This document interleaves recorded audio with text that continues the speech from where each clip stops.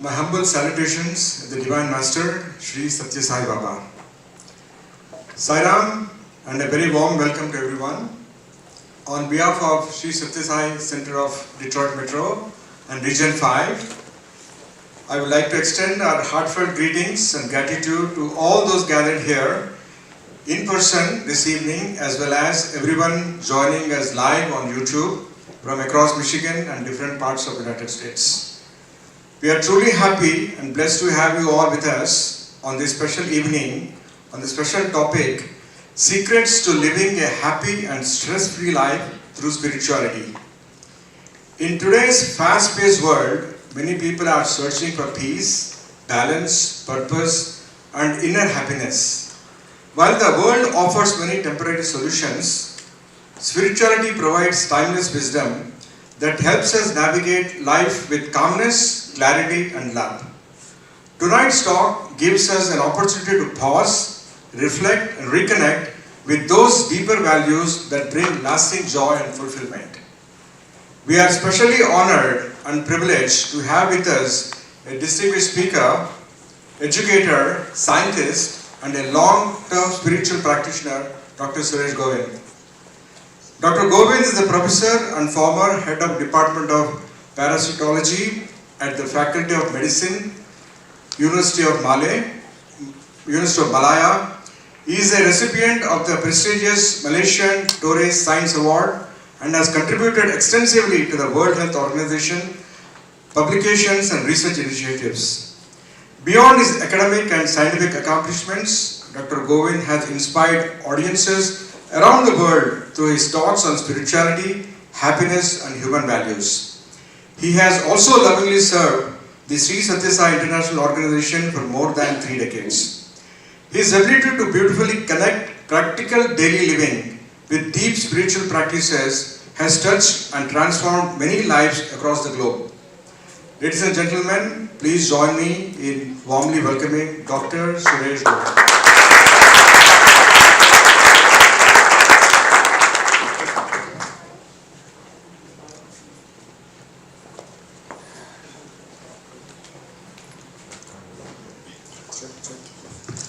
Testing, mic testing.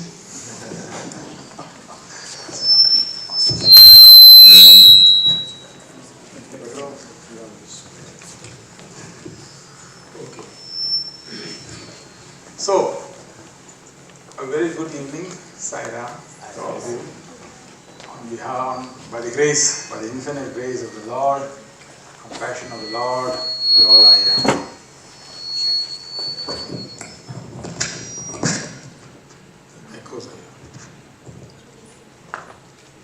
Okay. Can you hear? Yeah. Okay. Should I stand here? If I stand here, it's easier. But yeah, okay, it's better. All right. So today, by the way, I came last Tuesday. There was this conference in Boston, regional retreat, and after that, we got to Chicago, and then now this is Detroit. Then tomorrow I go to Seattle, then 2 days there, and then to San Francisco, and then I return back, if my wife still accepts me, then I go back home. So, okay. So, now dear friends, the point today is that the subject, you can't hear? Here, can you hear? Because if I ask you, can you hear, and you say cannot means you can. Because you're responding to me. So, okay. So, the thing is, this is a very important subject because as the days are going and the world is evolving, the complexity of the world is now becoming more and more. Unfortunately, the mind system, we are failing to upgrade. This is our problem. See, we got a handphone, we put all the context in the handphone and you put everything else. After some time, it becomes very slow.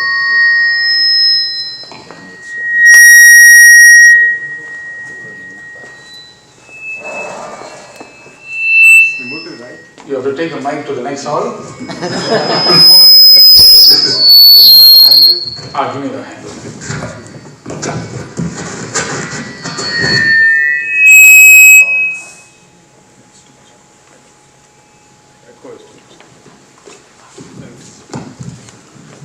So this is okay?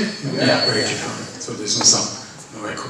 Okay, so as the world is getting complex, when the software is getting uploaded with so much of context and information, the handphone becomes slow. So they say, why is it slow? Because memory is not so. So you go and upgrade the memory. The computer also same thing. You put in a lot of programs into the computer will become slow. So what you do, you have to delete some of the files or reformat some of the files. You have to keep doing these things in order for the television to work, in order for the computer to work, or for your handphone to work. Like that, when it is full, it becomes slow. In life, when you load so many things into your system and you are having difficulty to process these things, this is why the beginning stages of what we call stress. So then you have too many things in your head. I don't know how to do, I got to manage so many things. So you keep on thinking like this, and you will find that you're beginning to become burdened by it. 3/4 of our diseases in the world is coming from this particular stress. Yeah. So I've done papers, publications, and one of my PhD students was working on colorectal cancer. So I told him, we just go down to the colorectal cancer ward, the patients are waiting, just sit with them, talk to them, see how many people are stressed. So he did this for 1.5 months, 2 months. He came back and said, it's not that everybody don't seem to be stressed. I think our hypothesis is wrong. So he came back. Then I said to him, what did you ask? He said, he went and asked, are you stressed? So I came back, no, I'm not stressed, I'm okay, I'm alright. So everybody was alright. Yeah, everybody's alright, what are you doing sitting here? So the whole point is, we didn't know how to ask. So we revised that question and to ask, has there been anyone close to you who passed away in the last 2 years? Can you sleep well? Can you eat well? So we ask these relevant questions that signifies that you are experiencing stress. They did that, and from there we found out that quite a high percentage of people, more than 70% of the people, falls in one of these criteria. Many of us acclimatize ourselves to the stress, to a point whereby we just learn to live, talk what to do. Our typical answer is what to do. You have to go through this, what to do. This is our life. So we continue doing like that and we live. Unfortunately, the body cannot understand what your philosophy is. Therefore, it starts to accumulate. Your toxins are released. Your biochemical systems are affected. All your cells are compromised. And as a result of that, as age passes by, slowly ill health starts to happen. So the fault is we do not know how to do it. Now, the subject matter is there are lots of stress management programs, happiness programs and all that. So this is not an added thing. Our topic here is that if you are spiritual, or if has spirituality got a role to help people manage stress and happiness? That's all. What is the role of spirituality? See, a lot of people pray, a lot of people do this, a lot of people do that. But if it is not translated to something meaningful and useful, you find that you will continue to. In fact, spirituality itself can be very stressful for people. So therefore, we need to know how to translate that spirituality into real practice. So that is what the objective of this this afternoon, evening session is all about, to show the relevance of that. And if you find out what is the relevance, it's brilliantly beautiful. That's what the masters are saying, that's what the sages are saying, that's what all the teachers have been telling us, simply to absorb and learn this. The patient went to a doctor and told the doctor, "Doctor, I have a problem, doctor. When I touch here it pains, doctor, when I touch here it pains. I touch here also it pains, I touch here also it pains." So, doctor, go and take the x-ray. So he went and took the x-ray and came back. Repeat the problem. Touch here it pains, doctor, touch here it pains. Here also touch here pain, I pain. Doctor looked at the x-ray and doctor said, wherever you touch it will pain because the bone in the finger is broken. So when the bone in the finger is broken, whatever you touch will pain. This is the circle. So in the way, if your mind is fractured and the mind is not homogeneous, whatever you do, it will not have happiness. Your house is fractured, you may have a millionaire, you may be a big house, but when this is not functioning well, you find everything is a problem. Not only you have a problem, you create problems for others as well. That's another thing. Some people don't have stress. They only give it to other people. They're very good in distributing the stress. If you're bosses, if you're a boss of a company, if you take 2 days leave, your staff is, oh my God, God has answered our prayers. 2 days we are free. So the staff is happy that staff is happy that you're not at home. So we slowly learn how to accommodate to the stresses of life.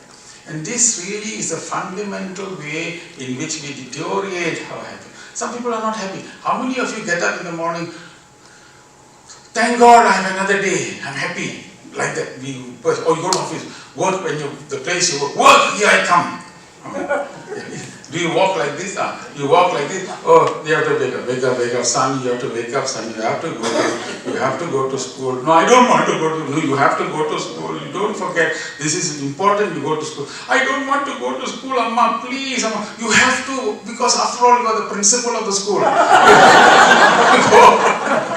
He is thinking of the stress at the school.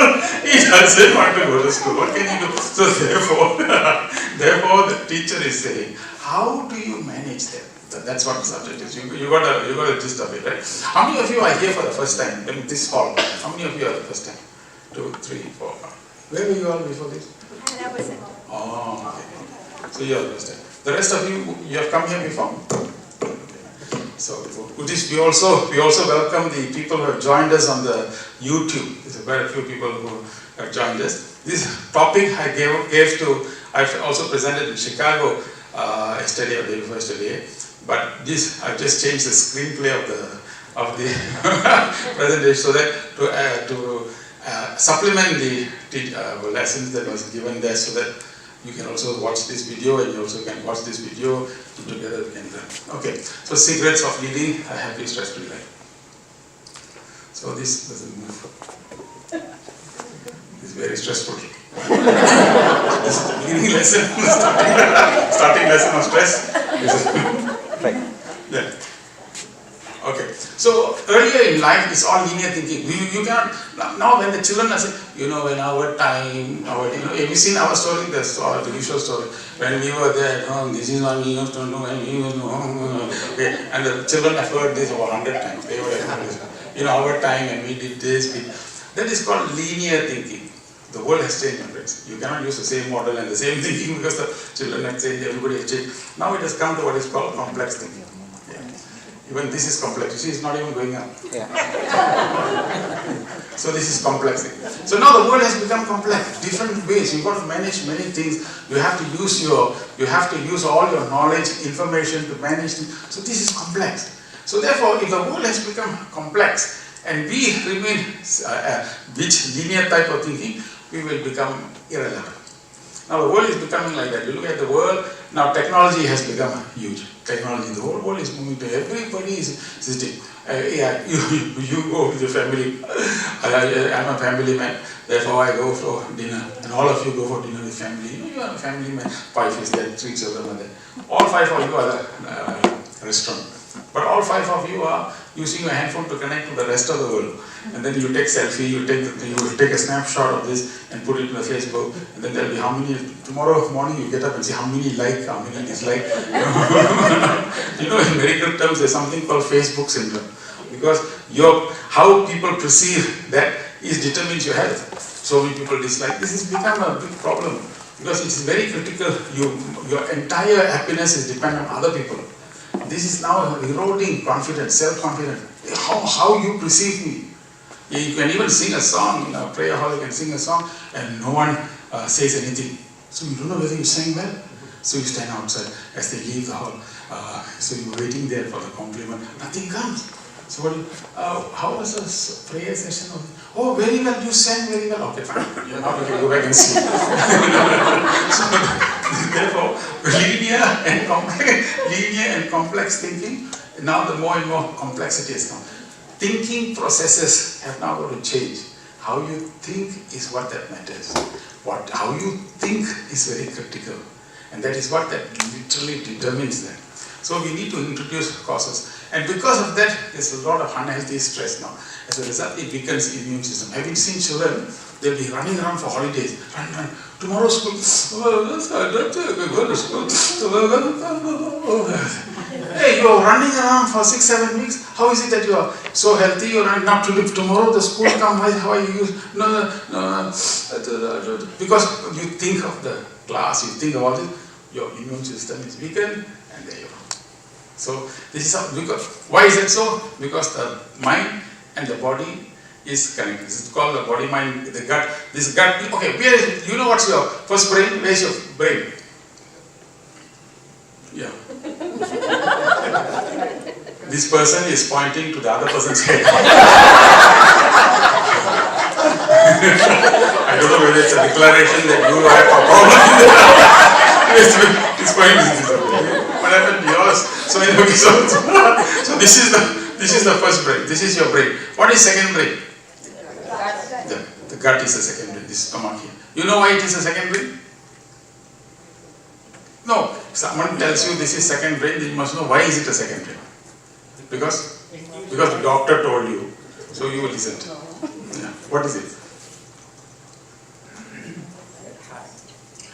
Heart is in your gut. In Detroit, the anatomy is very funny.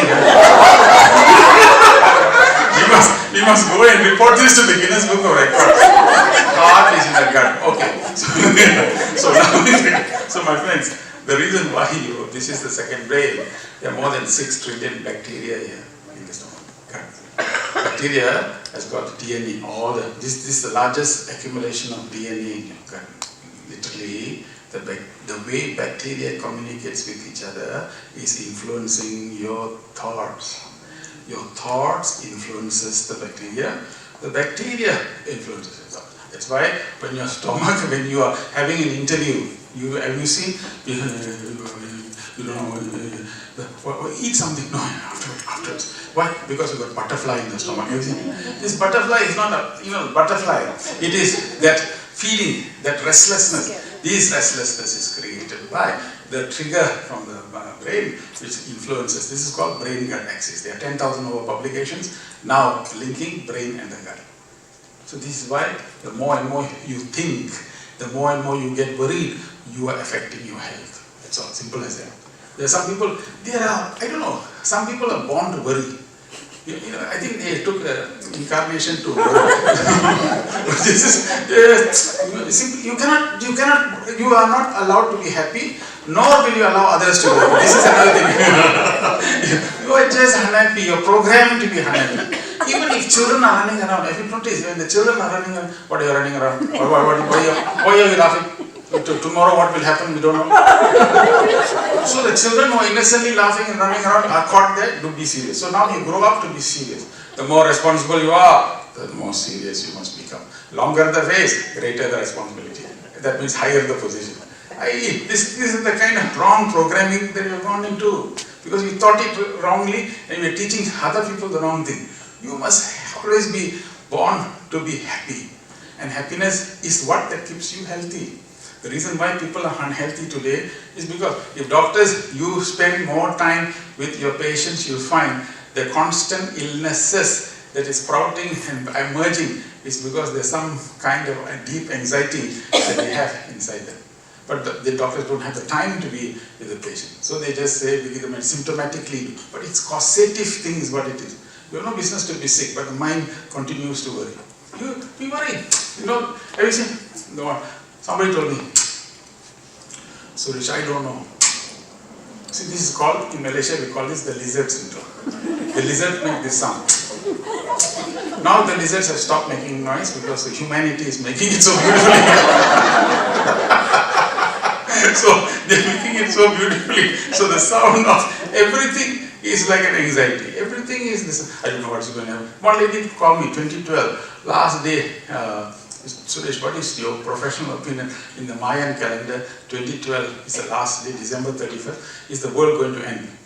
I said, madam, if the whole world goes and you are the only one staying alive, you got a serious problem. The world is going, all of us will go together. Until we go, you be happy. But what happened? What will happen? Everything will go. Let us go happily.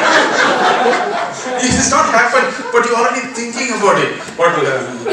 Another lady called me and said, CNN camera, CNN television, I see the news, I cannot sleep in the night. So what the kind of news that I'm listening to? Terrible. Then I said, oh, you have problem? Then yeah, there will be problems in your eyes. Then why don't you see the TV? No, I need to see. Why? Because I need to know what is happening in the world. Then sleep. I cannot. Hey! See, then you panic, and then you take all kinds of addictive habits like cigarette. The patient said, doctor, whatever I read, when I read the magazine saying don't smoke. I read the book says don't smoke. I read the article said don't smoke. Newspaper said don't smoke. So you have stopped smoking? No, I've stopped reading. So therefore, immune system. By the way, immune system is very critical. When you are happy and joyous, the immune cells know that you're happy. So early morning when you get up, you need to be getting up with not the when you sleep, how you sleep happily, that's much how happiness you must get up. So when you get up like this, basic starting point of health is that sleep, the deep sleep. Some people cannot sleep. When you go and sleep, you slept well, yeah. Even without the sleeping pills, you are able to do it. How did you do? So it's an astonishment to people. So sleep influences the way your immune cells function. Then you find that increased risk of disease, yes, increased risk of disease, increased risk of heart attack, because worry, we continuously worry, our master says worry, hurry, curry. So this is the three things that causes all this ill health in our life. Then poor mood swings. Oh, you get angry, mood swings, very grumpy. There's one, I was getting down on airlines. This is some overseas, I don't know, I'm traveling. So in one of the things I was with my wife, I saw this air hostess serving coffee, face was grumpy, no smile, nothing, just continuously serving. So I was getting down with her, not with her, but getting down with my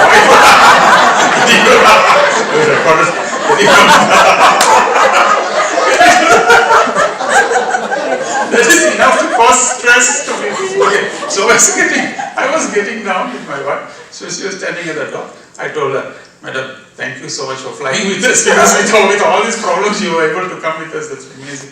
So permanent or long-term damage to the brain. Yeah. Now, everything is now ChatGPT, you know. Every report ChatGPT, what ChatGPT is about. Now even the husband wife, do you love me? Let me check. I'll check ChatGPT and that. So we are all everything. So now, do you know there's a new disease called digital dementia? Do you know that? Because since the brain is not being used, no need. That's it. Digital dementia coming when? At the age of 35, 40, it's already coming. Dementia is supposed to be if you have at the old age. Now young people are having it. Why? Because you're not using it. You're not thinking. Every report we demand. Then you just modify a few words, modify here, and then go and give it there. So, and then that ChatGPT, that thing is picked up from all the other reports, right? Everybody. So you actually we are endorsing plagiarism. Okay, other people's ideas you pick it up, and then you think that it is your own idea, and then you present it. So the teachers all must be careful about these things, because you need to exercise your thinking. So permanent long-term damage is for sure. Then impact memory and thinking. The memory has been long. Doctor, I have a problem. Yeah. Doctor, I don't know why, doctor, I can't seem to remember. Oh. Since when have you been having this problem? What problem? So the impact memory, then sleep dystonia. Sleep. When you are sleeping, sleep well. When a tsunami comes, so you should not wake up. That's what sleep is all about. As reverential as you are to the waking world, that is the same reverence you must give to the sleeping world. When you know that. So if you are, the quality, when does your tomorrow begin? Tomorrow, what time does it begin tomorrow? What time normally in lecture? What time it begins? What time does tomorrow begin? Sunrise. What does sunrise come then? 5:36 o'clock. You all? Is it the same for you all? Sunrise, same, yeah. But when does tomorrow begin for you? When we get When you wake up, right? That means at 6 o'clock, 5 o'clock, right? So this answer is wrong. This is the general answer. So today I am imparting with you secrets. Tomorrow begins when you sleep tonight. If you are sleeping tonight 10:30, the quality of your sleep will determine the quality of tomorrow. So your tomorrow starts 10:30, means 10:30 collapse, 10 morning 6 o'clock. So when you wake up, you must wake up like a lion, like a tan, very energetic. That is how we must wake up. If you are waking up and then another 2 hours, another 2 hours, So if that is the case, then the sleep is not deep and not refreshing. So and now medicine, they have included sleep medicine, sleep doctors, all teaching people how to sleep. Anyway, we have forgotten how to do that. So sleep disturbances, relationship problems, all that one usual, we have everything. So all the relationship issues that we have which causes stress, we age fast. When you are not happy and not joyous, age. So you age very fast and very quickly. So when you, that's why, we are all, let's say, uncle, how are you, how's retired life? Now I'm waiting for him to call. What kind of reply is that? What? Waiting. No, nothing, everything is over, children are all schooling and the house is settled, everything is settled. Now let them, So this is how we treat life. That's it. The other day when I was in Scotland, there was this guy putting in the haversack. He's going on mountain climbing. I asked him, "You're going alone?" "Yeah, why? Why can't I go alone?" "No, but why don't you take someone with you, Ben?" No, I go alone. Age 80, he's going mountain climbing alone with the thing. See, the mind is still this one. Because he doesn't think he's old. Here, when you already, the children will tell you, in case you forgot what happens. You don't go out here, don't tell me. That's it. We already condition ourselves to age. So there is a psychological age, there is a physical age. These are all age. So until 30, 35, they are young people. After 40, you are younger people. Younger. Yeah. So therefore life must be like that. Once you have this outlook which is different, but totally, every time you are very young. So aging fast. Then lower productivity and creativity. We think we are not creative. So at this age also, if you want to be happy, creative people are happy people. If you are not happy, you are not creative. Simple as that. Only when you are happy, you are creative. That's why my students, research students, whenever they come, in the lab and all that, we always laugh a lot with me. The reason because I know when they are happy, they will think. They will think creatively. That creativity comes from when we are happy. So do things, that's why Master said, don't do what you like what you do. Whatever you do, you like it. Yeah. So this is another big thing. So you find that sexual dysfunction, fault-finding tendencies and all that. So these are all emotional issues, poor nutrition, toxins and all that. So therefore, this is the handphone. Handphone, you have different Samsung, iPhone, all this quality. And one is then you have the application. And the application is monitored by the battery. So this is the three things: physical, mental, intellectual. Physical, mental, spiritual. So WHO says complete health is when you have physical good health, mental health, intellectual and spiritual also. The spiritual dimension is a very critical one. See, when you talk mostly, what's your handphone? Yeah. What is application? Yeah. Do anyone talk? What's your battery? You don't know. What battery you use? How is it? The battery topic don't come like that. You want to talk about now you upgraded. Then you look at the application. So your body is fascinating, mind is incredible, but the battery we never talk. Spiritual thing is always kept aside. But the essence of life is that spirituality. If you have that spiritual, because that is the battery that powers that. So if you give more and more force and encouragement to connect to the spiritual aspect of your life, the mental side will be taken care. And then the physical side will also be taken care. The neglect and the abdication of the connectivity towards the spiritual is the reason why we are now losing out on the relevance of our own living. Isn't it? Happiness is not there, peace is not there, joy is not there. And these are things that we are all searching for. This is our birthright, our real birthright. So it only can come if we are complete and total. That's what the idea is. So therefore, spiritual is a very important thing. So they are physical, mental, and physical, spiritual. And so, which I want to ask you a question. Which are the following causes of stress? Okay. So you just count in your finger which one. Answer is yes or no. Number one, traffic jam. Cause of stress, Detroit. Traffic jam. Detroit don't have traffic jam? Wow. Nowadays, yeah. But generally, if you are caught in a traffic jam anyway, going somewhere, caught the holiday, for example, the Memorial Day, it was all jammed up, right? So you are caught in 2 hours jam like that. Stressful? Yeah, stressful. Then you find that if your examination stressful, you are going for exam. Yeah, stress, because you don't know what they will ask. You only studied this small portion, and then you are hoping and praying that question will come out. So you and then this whole book you have not studied, what to do last minute, you are at the inside, and then the question comes up, and you didn't do well. So they are, why didn't you do well? What to do? So one father asked the son, what's wrong with you? You are going to school with that neighbor's boy, right? Neighbor's son. Yeah. Then you go in the same bus, isn't it? And then you land in the same school. And then you go to the same class. And then you sit in the same exam. Why is it that you are getting only 80%? Why is it that the neighbor's son is getting 80% and you are only getting 40%? Papa, different father. So, they attributed intelligence to genetics. They get it to the genetics. So therefore, it's a good way to put it. So the whole issue here is that examination. So examination, stressful? Yeah, generally. Yeah, stressful. So now the next question is, the boss always shouting at you. Is it stressful? Isn't it? No? Because boss is always shouting at you. You go there, he keeps on shouting. So it's stressful. Fourth one, is that you are like this. People phoning you, you don't handle, there's so many things coming to you. Stressful? Yeah, stressful. Yeah. So now there's some family pulling in 5 different directions. Have you seen sometimes you want to go somewhere? Papa, I want to go somewhere, please. The other one is, no, if we go, then 4 different directions, all going in different directions, all 4. Papa said, this is the reason why, I get heart attack. All 4 of you are pulling in 4 different directions. So now, is it stressful? Yeah. So now the question is, for your answer, which of these causes you stress? Is it traffic jam? Is it this? Examination? Overwhelming boss, shout, irritating friend? So all 5. How many of you say all 5 stress causes? 1, 2, 5. So some of you are not answering. It's because. So how many of you say for all these 5? How many? All 5. All 5. Okay. 4 of these. 4. 3. 3 is stress. Which is the 2 that is not stressful for you?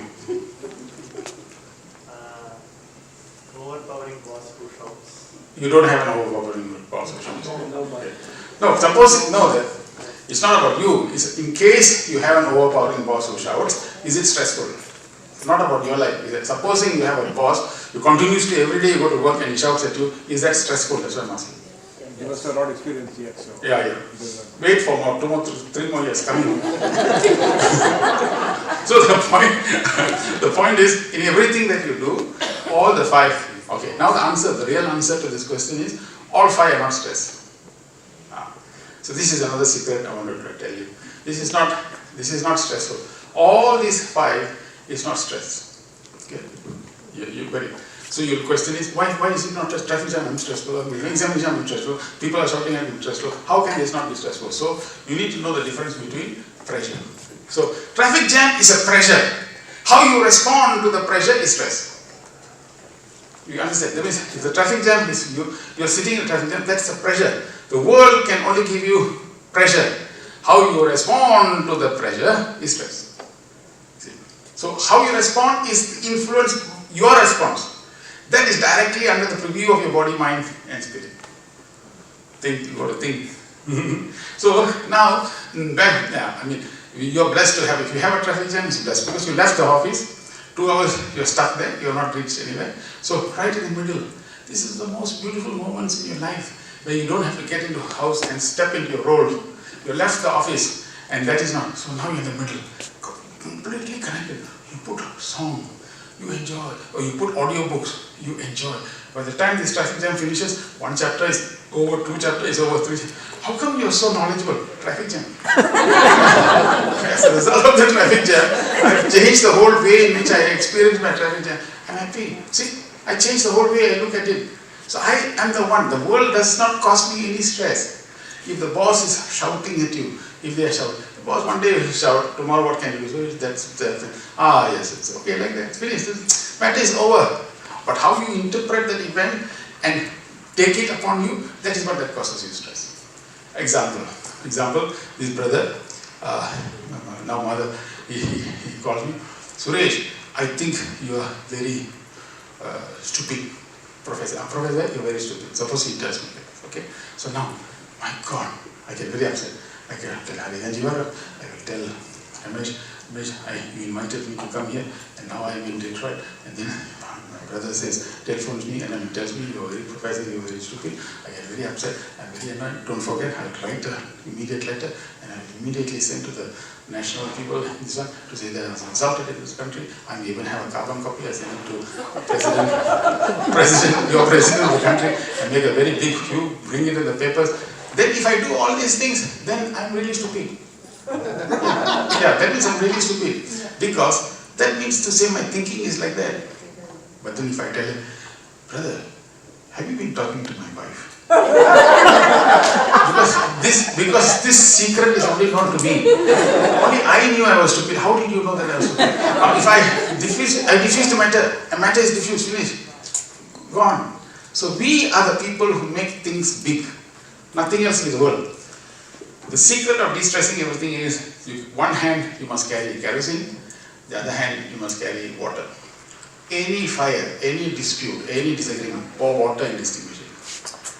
Yeah, people don't do that. They carry oil. So whenever there are two people fight,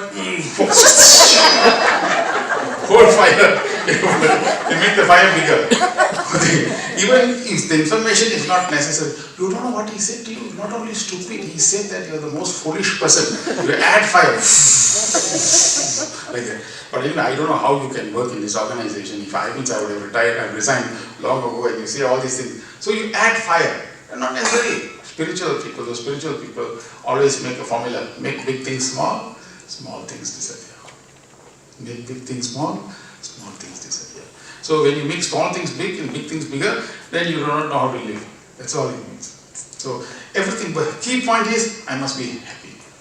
That's all. So we must keep the central theme of our existence true. So pressure.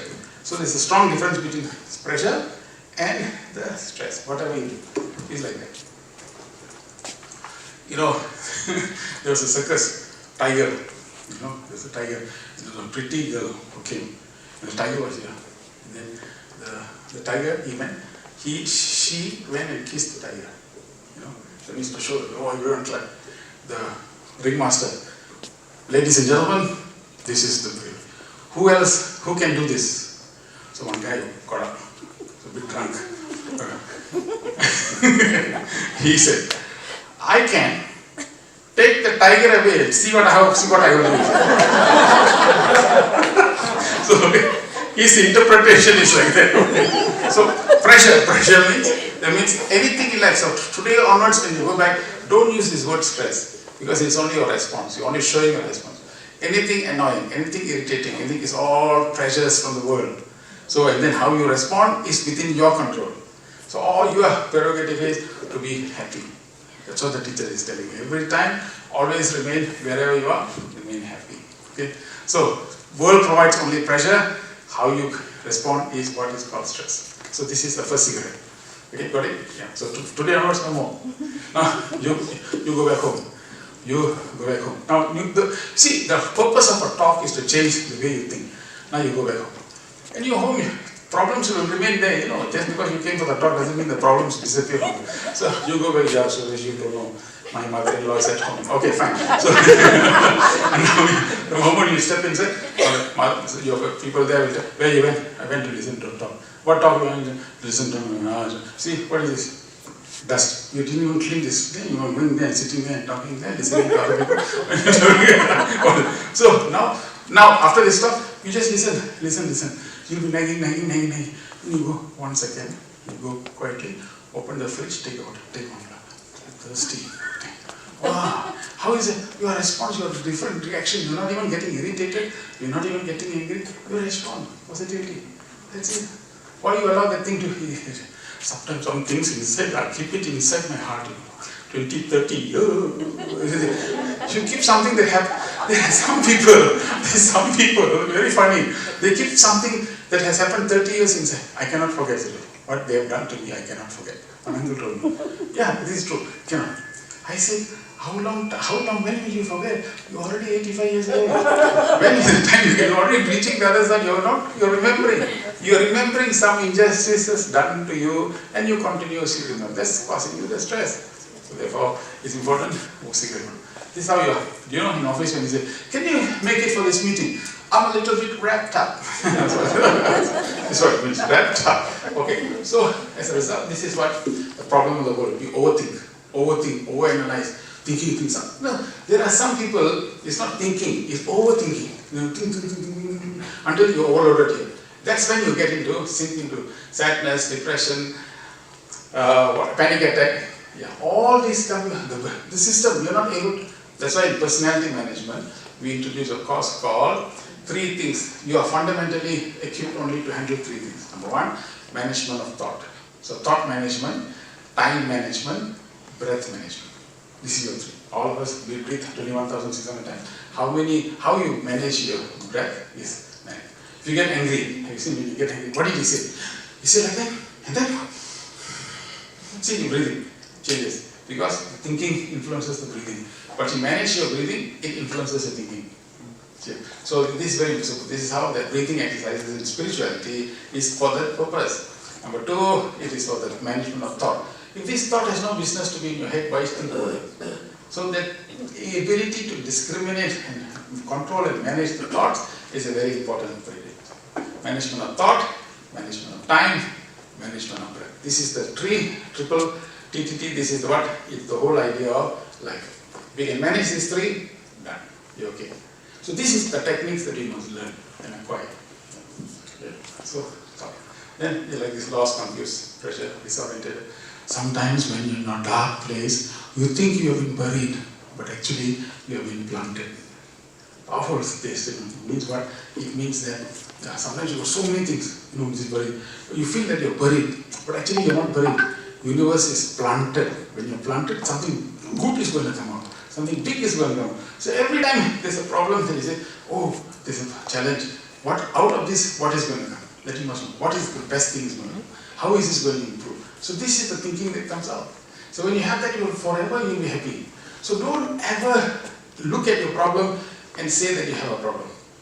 You don't say like that. You say, whenever you look at the problem, can the son say, come back, you say, what happened in the examination hall? Amma, I went into the examination hall. They asked problem after problem. I said, no problem, I'm not going to address that. And then they come to you and they say, oh son, don't address any problem, don't address any. Well, how will the son improve? Then standard 1, standard 2, she's doing very well. In standard 1, standard 2, Amma, my exam is very good, I score very, very well. I know my teachers. Is it okay if I remain in standard 1? Is it okay? Then no, you remain there. As long as you are happy, you remain there. After 10 years, still in standard 1. There, 10 years, the table there, chair is already gone very small, but you're happy. Don't do that injustice to your child. In the same way, the nature is what, once you are able to solve one type of problem, then you are ready to address another problem. So another sort of problem. So everybody, the whole idea is not to move away from problem, how to meet the problem is what life is all about. So gym, you go to the trainer, gym, you don't take 1 kilo for the rest of the day. You just go to so now you try 2 kilos. So you don't, please sir, 2 kilos, I cannot do. Okay, you try, bend it. So slowly you do 2 kilos, 3 kilos, 4. The weight is increasing. For what purpose? Then only the muscle comes out. Have you seen? Some people come for the spiritual functions once in a year. Once in a year, suddenly they come for the thing, they feel. Once in a year. Why don't you tell that to the trainer, your gym?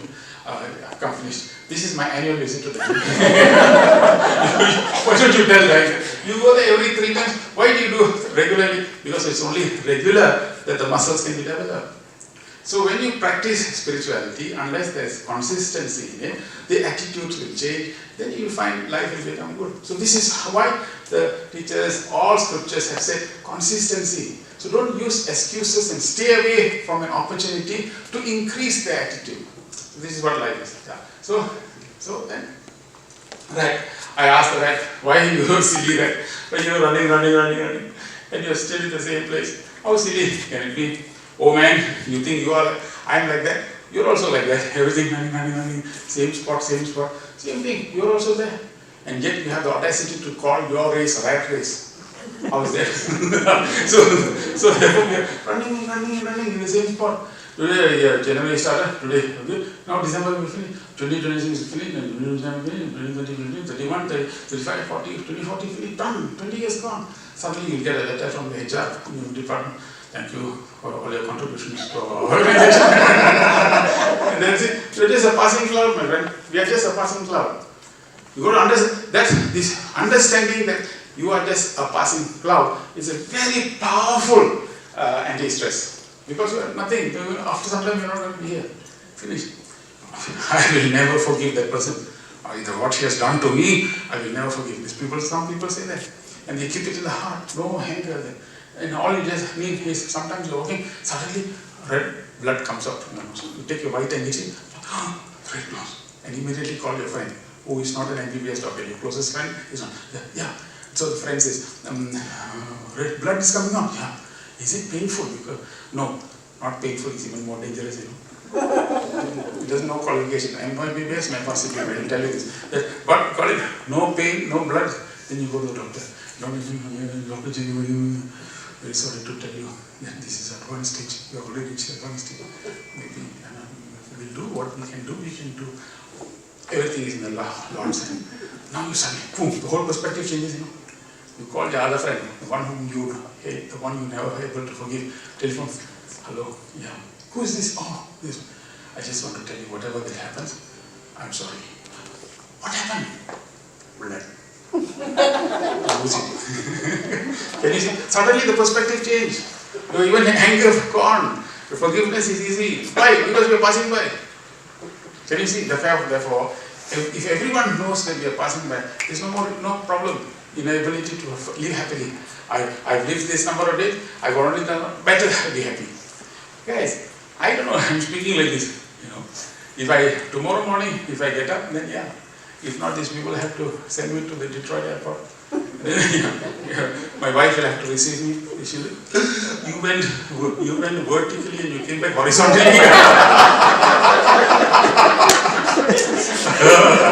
You can see that she'll receive me there at home in horizontal position. I'm there, gone. And then they're waiting for the funeral. I'm in the coffin, sitting there, coffin. I'm Professor Dr Suresh Govind. So you think they'll say, people will come around outside the house, what they will say, when are we taking? Do you think they say, when is the body taken? That's how you talk, right? When is the body taken? That's how common people talk in the funeral house. So you mean, hey, hello, my name is Suresh, why don't you use my name Suresh? Now you are just the body. So you say professor, title, no. Doctor, qualification, nothing. When is the body taken? Body. You're only a reduced body. You will be taken one trip, that no effort, everybody will take it. Like everyone will carry inside. Will you be buried? You and I, most likely, will be cremated, burned. After burning, what happens? They collect the ashes next day, 24 hours. Where is it taken? To the ocean. And what do? Distribute it in the ocean. Why? They are scattered in case they come back. So, even that is, so they distribute. So the point of my telling you this is because once you have that knowledge that everything in this world is transient, you will start to live and live well. Your roses in your garden, you will smell. Your child in your house, you will enjoy. Your house in your thing, you will enjoy. Your journey into the office, you will enjoy. The friends in your place, you will enjoy. Everything suddenly lights up. Now, the ladies were here, some husbands are not here. You send one SMS to your husband now. Send, I love you very much. Listen, SMS, I love you very much. You will wait, 3 seconds, one message will come. What happened to the car? Where did you leave it? I told you don't take the car, isn't it? Why? Because you never used that word, see? So you don't know how to use it. So now the message will come. What is it? What happened? Why you are lying about it? And now this side, if you tell your wife, who may not be here, I love you very much. then the message will come 3 seconds. Who is she? What's her name? Because they think it's guilty. So therefore, when we don't do what is most natural to us, there is no expression, my friends. We are not living. You are just a functional individual, functioning. How then stress won't come? Tell me. How stress won't come? Because we are not living to that role that we lived. When you are in love, when both husband and wife, that time before marriage. See how long you have been talking to each other. You see, during the day, when you go for the talking is for 2-3 hours. You can talk nothing actually. Actually, there's nothing in the conversation. You are talking very nice. 2 hours, 3 hours of conversation, which absolutely means meaningless. And someone said, hey, you went and talked to him. Yeah. What did you talk? Nothing. That's the truth. You didn't talk anything because why? Because in love, the awareness expands. So in love, what happens is that you are just enjoying the moment. But what happens is, that's why our master used to sing, my life is my message, expansion is my life. So more and more the love expands, more and more awareness expands, you enjoy life to the fullest. Whatever that you do, enjoy to the fullest. So, listen. Now, there was a very cautious woman who never laughed or played. She never risked, she never tried, she never sang or prayed. And when one day she passed away, her insurance was denied. For since she never really lived, they claimed she never really died.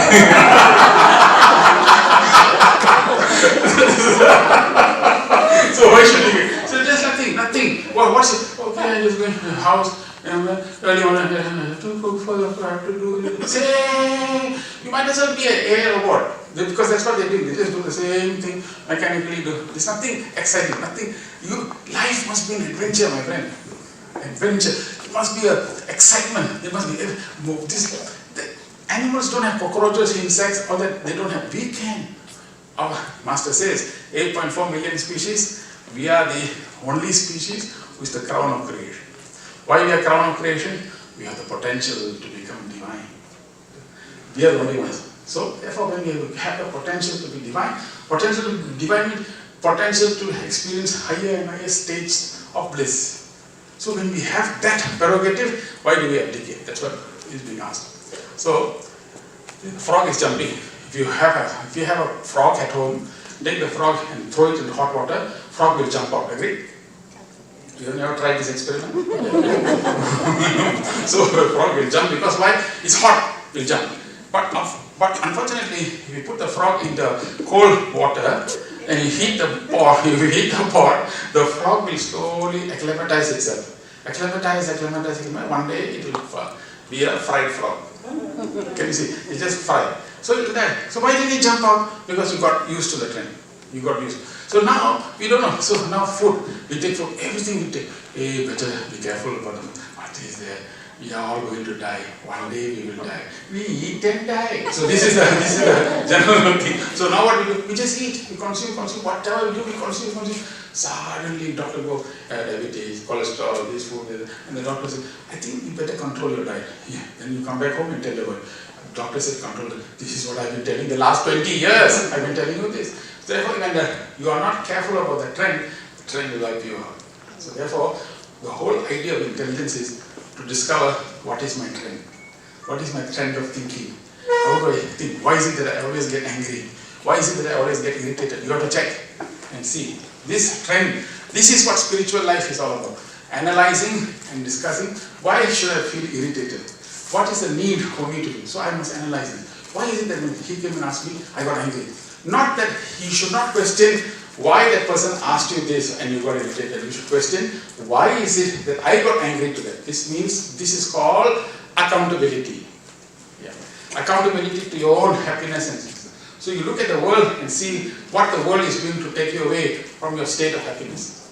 That is what life is all about. So intelligence is about not asking why you didn't do what I didn't do. When a football team goes outside and they fail and they come back, what do you change in a football team to succeed? Do you change the t-shirt? Or you fail because maybe the t-shirt is not correct. What do you change in a football team? Coach has the capacity to change. Same players, change the coach, the results are different. So coach means ability to influence the way you think. Is it enough? So that is what this whole thing is, the trends, capture the trends to. So therefore, the unit, so we now want to get into the fundamental. The unit of this building is a brick. I take the brick, I change the brick, I can renovate this whole thing. The unit of our body is a cell. I take out the cell, that's why we call cellular medicine and all that. So it goes to the cell part for the thing. So unit of stress, what is it? What is the unit of stress? Suddenly they made a discovery, it's a behavior. So why are you in a stressful behavior? It is because stressful behavior is because my character is like that. I'm always, very angry, very upset. What to do? This is the thing. So some people like that. How the boss's mood? How's it? Monday, you're going. Can I ask leave? Please. So the habit is like that. Character is like that. Character is determined by habits. Habit is determined by the actions. Actions determine habit. Actions is determined by feelings. So what is a single unit to manage then? Is the thought. So if I manage the thought, I can manage the feeling. If I manage the feeling, I manage the action.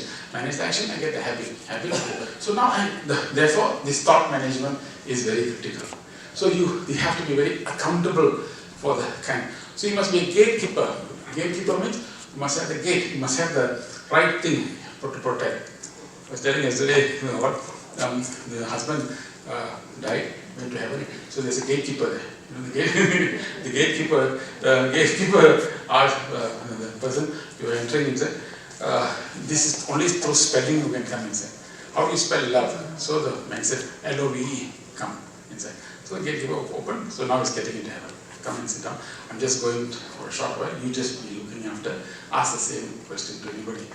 When the funeral was over, the wife was returning back, car hit, she died there. His wife, his man's wife.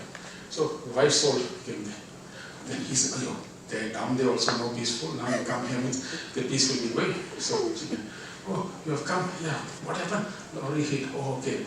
Here it seems the regulation is that you have to spell. Then only you can enter. Yeah, what is the spelling? How do you spell Czechoslovakia?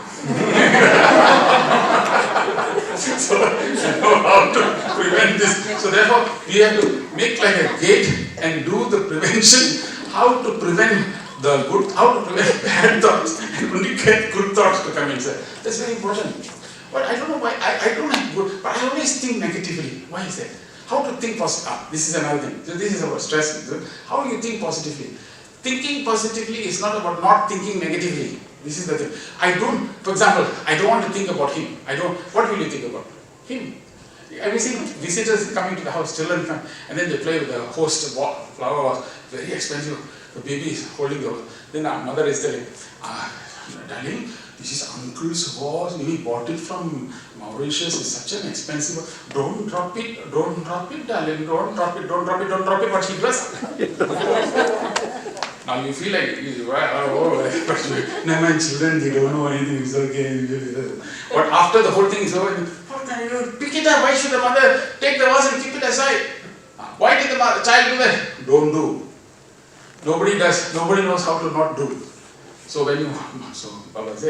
Master said, if you want to move this to another level, when the baby is holding a knife, and you say, give the knife, the baby will hold the knife harder. But the mother, intelligent mother, will put a chocolate.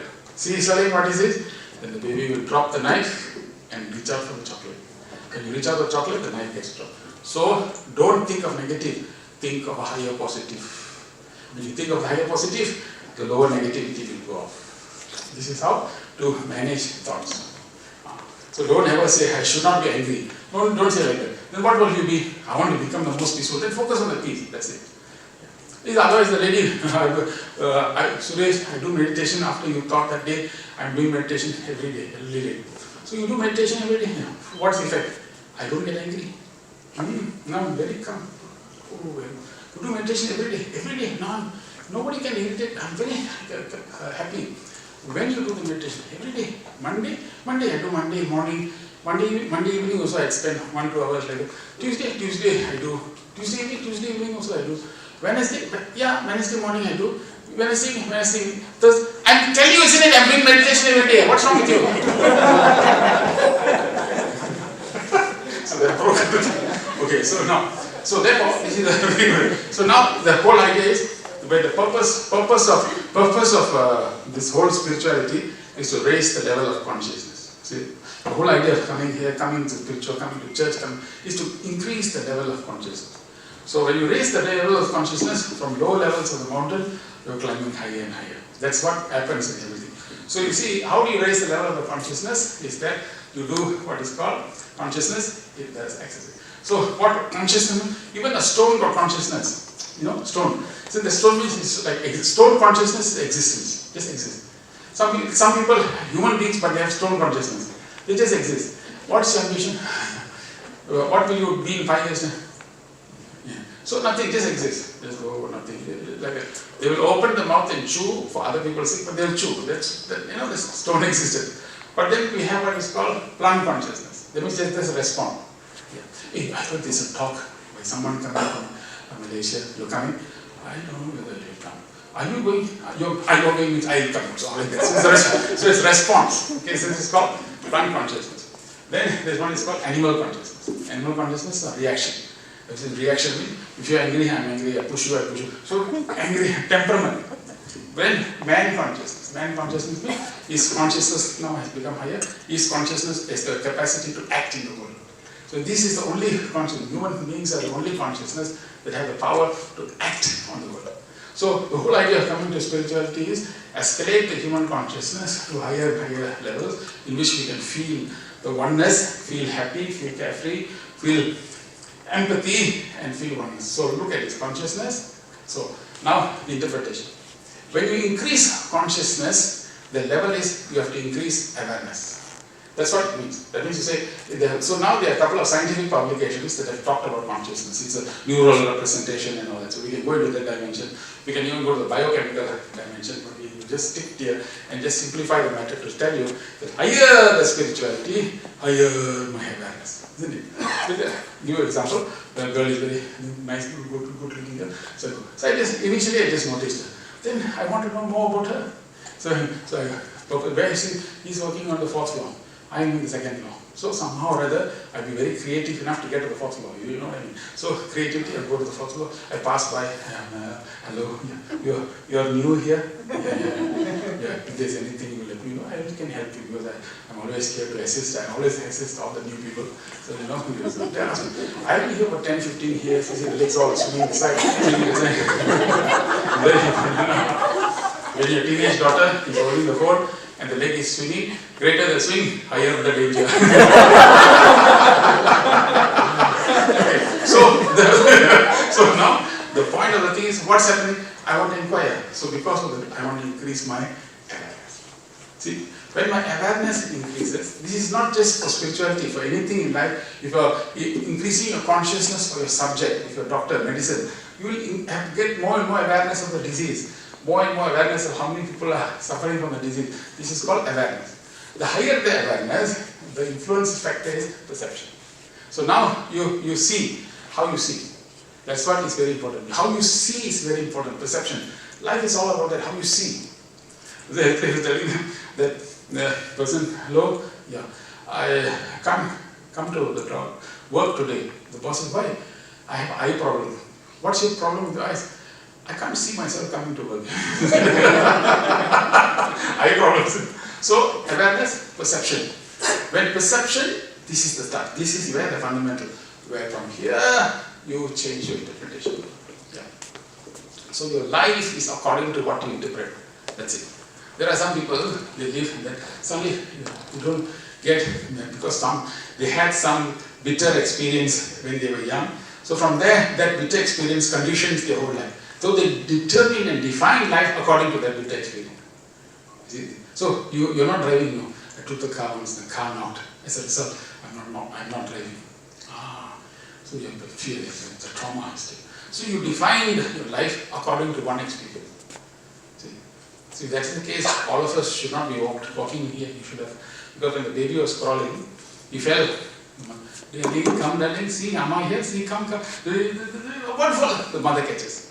What mother catches? The strength, the legs become strong. One day he's walking. Supposing he fell, then from that day onwards, because of that experience of the fall, he never walked out. Didn't walk. So you and I will be walking towards this hall today. But we were walking. So we cannot define ourselves by 1 or 2 experiences that we have. So the whole idea is that everything is about interpretation, how you interpret. So when successful people, you should always talk to successful people. That's why I always read biographies. Most best books to read is biography. How you interpreted this condition? How did you change this? Nelson Mandela came in Africa. They opened the gate, the jail. He was asked to get inside. He sat like that. In a very 1 minute, came out. Is it painful? Yeah. Is it very painful? Very painful. This is your home for the next many years. He went inside and sat like that. Most of it. If he came out, he would have interpreted this whole thing and really launched a massive. He didn't go interpret, forgive them. It's okay. Let's work with them. That is why he became Nelson Mandela. The ability to forgive. How he interpreted the situation. Great people interpret every circumstance to something good and big. Greatness is about how you interpret the situation. That's all. So the interpretation is determined by perception. Perception is interpreted by awareness. Awareness is spirituality, consciousness. So that is the role of spiritual masters, to increase the consciousness so that your interpretation of your life will be correct. Don't you think so? Everything is like that. Yeah. So when interpretation is right, then what happens is that you respond. Everything you respond. You respond what? You respond positively. Yeah. You don't react, you respond. So because you interpreted rightly, doesn't matter. That person did it. It's okay, give it. That's how the interpretation should be respond. Not take something and give it in the hand. So you don't do that. And once you respond positively, you find that you are able to have what is called liberating thoughts. So what do you mean by liberating thoughts? Thoughts that are liberating means everything that you go back, you think big, and you are free. Any thought that liberates you to a free state is a liberating thought. So this is what the master said. So when you have a liberating thought, you are moving into blue zone. Then from here, you get the outcome, which is beautiful experiences. That's it. So finally, he said, we are the makers of the chain that binds us. We are the ourselves make it. Your house, you have an elephant, baby elephant. Your house, you don't have. You're not allowed to have. So, baby elephant, if you have, will grow. Elephant. So the chain here cannot move. So when baby elephant grows up, baby elephant will grow up to become big elephant. So when the big elephant goes to the forest, the big elephant is pulled. They pull the tree. And the big elephant comes here, it pulls this tree. It pulls this tree. But he can pull this tree, but he will never pull because he will always come back. He thinks it's chain. So the elephant is, consciousness is conditioned. You understand? It's conditioned consciousness. This world has conditioned us to be. So until 16th day or 14th day in our tradition, my name is not Suresh, it's just a sound symbol. Baby, like that. So I'm a sound, just one sound. Until 14th day the priest will come and then they whisper into my ear, they put in my father's life, must say, Suresh, dreaming. I will be looking everywhere. So every scene everywhere. So they have conditioned me. Yeah. So when I'm growing up now, you must be like that, you must be like this. So I'm now conditioned. So now I'm conditioned. So why don't you go there? I cannot go there. Why don't you? So I'm conditioned. See, this is what life is all about. Master says you are infinite, supreme. Your potentials are infinite. So we can achieve many things, but we condition ourselves. See, who's the brainiest person on earth?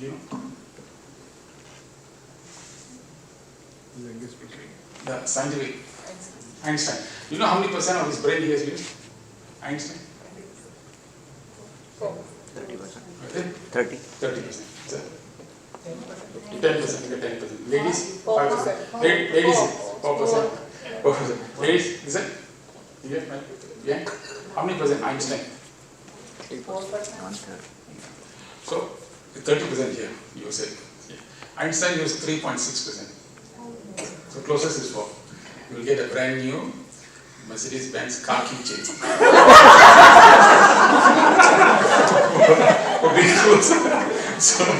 So therefore, the whole idea is that you have only 3.6. So your brain, my brain, you think how many percent you're using every day?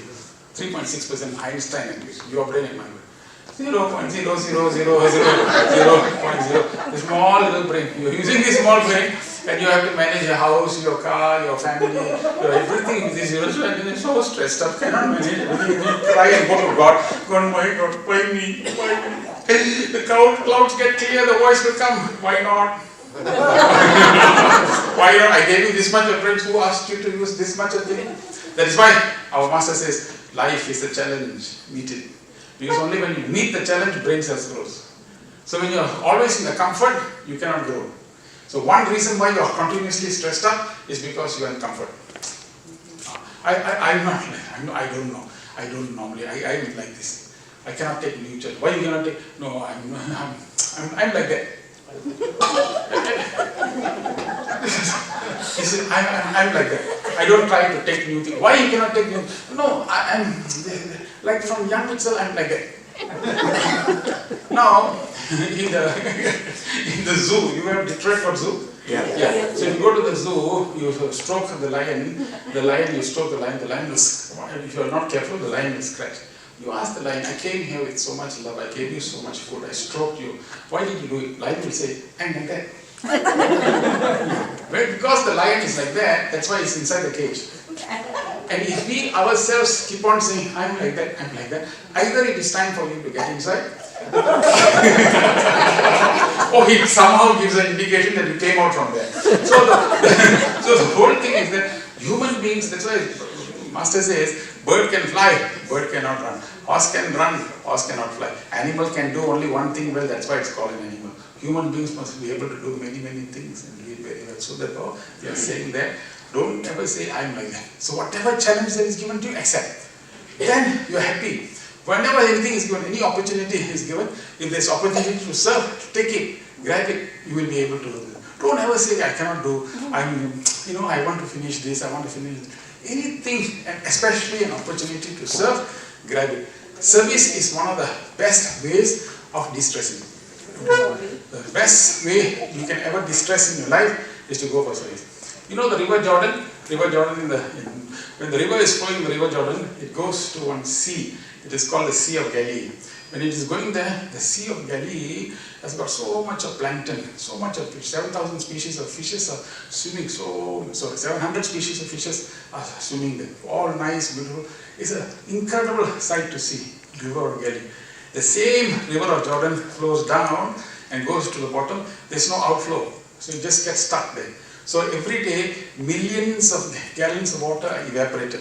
As a result of that particular part of the sea is 30% salt increase. So it's called Dead Sea. In Dead Sea, no fishes live. In Dead Sea, no growth is there. Here, just the same river, the Sea of Galilee is giving, continuously giving. There's life. Where you are not able to give, you die. So my dear friends, this is nature. Moral of the story is, if you are born, continuously learn that you need to give and give and give. You're born to give. Once you are born to give, no more stress. When you're born not to give and you keep it like that, that's when stress comes out. So we are not a pond, we are a river. The river that is going through. If you change this imagery, you will become a fantastic thing. This is River Jordan is a powerful. So service is a very good thing. When you go and serve, your body produces something called endorphins. That's why another way of releasing endorphin is when you laugh. When you keep on laughing, your body produces it. That's why in medicine now, you have got something called laughter therapy. Yeah. Well, laughter, the guy comes out of the house, travels 5 kilometers, stands on the hill, and everybody sits together. Keep on laughing. So he went and said, why don't you laugh at home? Why do you come 5 kilometers to laugh? If I have a reason to laugh at home, I would have remained at home. The reason why I came out of the house is because of this reason. So I'm standing up there and laughing because you are artificially inducing endorphin. So when you induce endorphin in your life, you find that you will be very happy. Another way of releasing that is exercise. That's why when you finish exercise or go to the gym, why you keep on going to the gym? It's a punishing ordeal, right? Then you do, but you still go back. Why you go back? Because endorphin rush. That's why people go for roller coaster rides. Roller coaster. How many of you have been to roller coaster? How many of you don't like roller coaster? Don't like? Both. You are? Like and don't like. It means you get out halfway.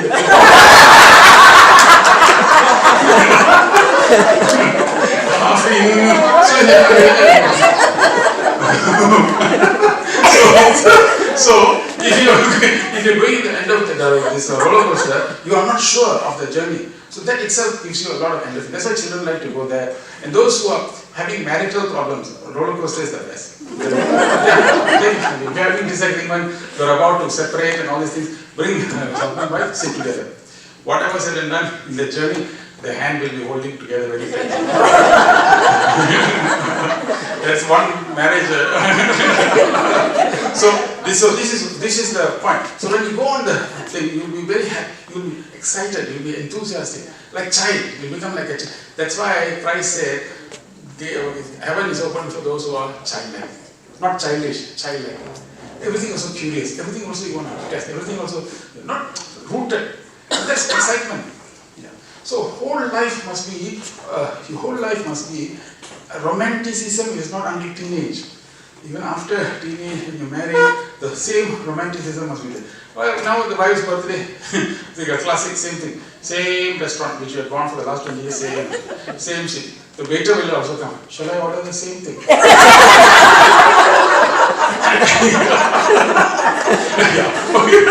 what else? Same thing. And then on the card will be written. There is no creativity to write the card. We just sign the card and that's it. Somebody else's words with it.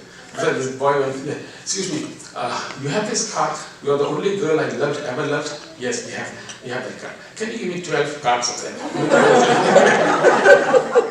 Amazing. No sincerity even in that. So therefore, when you have the romanticism all the way through, you're just young all the time. You don't need to worry. The trouble with us is we forgot all this and we lost back into the functional part.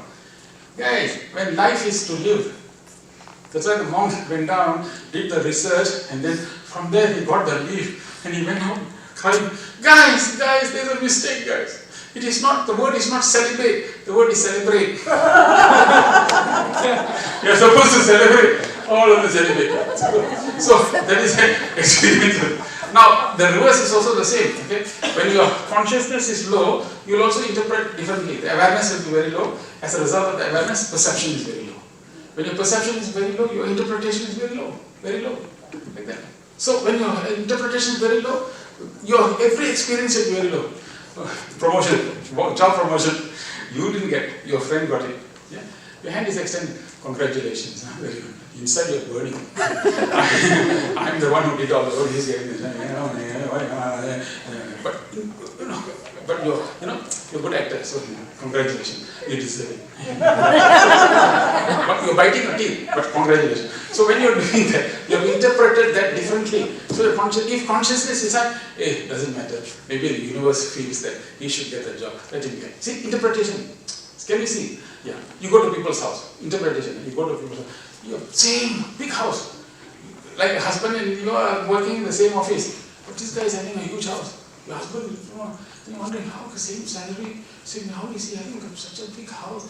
The Italian sofa, chandelier, and you're eating his food and analyzing his wealth. Can you imagine? But because of the interpretation.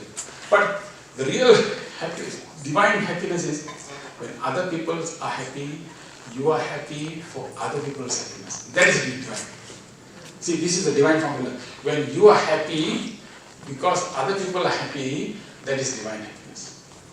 Not when you're happy, when you're happy because you're happy and the other people, oh, I'm glad. That's not happiness. Somebody else succeeded in the exam. You feel happy. Hey, congratulations, I feel so good. You are living that thrill of that life and enjoying the success of that particular life. That is happiness. Your group expand. It's happiness for everybody. So the happiness is when you are, the master's definition of happiness is the union with God. That's it. He summarized it just one line. Happiness is union with God. Which means every moment in your life, oh Lord, I'm yours.